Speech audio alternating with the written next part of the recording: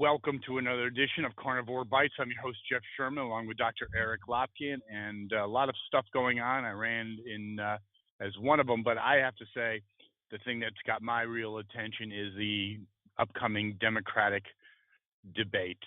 20-some candidates. Yeah, they spread it out. They spread it out over 2 nights because they couldn't get everybody on a single stage. Yes. If you told me this 20 years ago, the far left policies of this group of people, I would never believe it. And that's not play acting. That's not, positioning. That's really, would you ever believe it 20 years ago? No, I would never have thought that the United States would legitimately be considering socialist candidates to be president. It boggles my mind. And the proposals are just absolutely mind-boggling. I mean, like mind-boggling. Well, I mean, most of the proposals essentially come down to one thing. Vote for us and we will give you money. That's it. They are buying votes. They're talking about reparations for slavery. You vote Democrat. Reparations to gay marriage, Elizabeth Warren is pushing now, to get them to vote Democrat. We'll pay back your student loan if you vote Democrat. Free college. Yeah, they are literally trying to buy votes. Okay, but I think with the millennials, I don't know. This could work. I mean, they have a different mindset. I don't know, if it's an effective strategy. I don't know how you win a mainstream election. But even Biden, who's supposedly a moderate, he's got to go far left. And they're so, it's not just left, it's far left. It's not for the primaries. Far left. For the primaries, they are all swinging far left, which is going to cause them a problem in the general. My question is, though, Dr. Lopkin, is it really going to cause them a problem in the general? Oh, yes. You really believe so?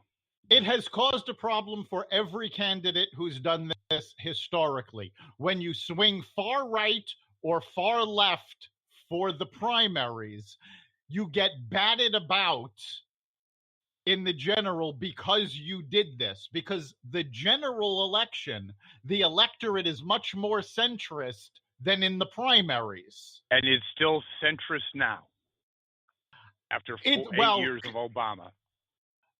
The general is still, compared to where the Democrats are swinging, it's definitely centrist. But it has swung, I would say, I can't even say it's really swung to the left, because if it had done that, we wouldn't have Trump as president. That's true. I would agree. I think, here's what I really believe. I think that it's going to feed on each other.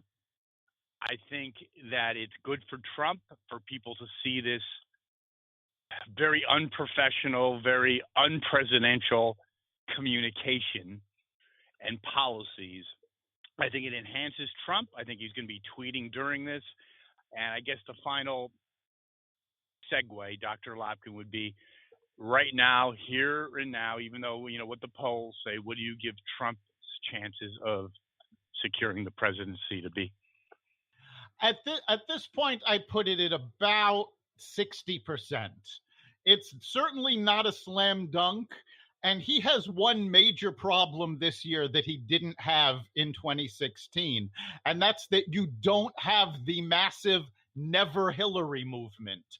There were a lot of people that did not vote Democrat because they wouldn't vote for Hillary Clinton. I agree. Hillary was a phenomenon that was a psychological phenomenon that most of the time when you associate with someone, you may not be their best friend, but you have a tendency to like them more.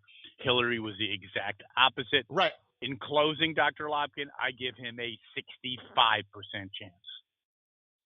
Sounds good. Awesome. And we'll be back next week. Thanks a lot, Dr. Lopkin. See you then. You've been listening to Carnivore Bites, part of the Exvadio Podcast Network. You can catch us every week at exvadio.com/podcasts, on the iHeartRadio app, the Apple Podcasts app, the iTunes Store, Spotify, and wherever you find podcasts. You can also catch us live every Friday at 4 on WESU FM 88.1.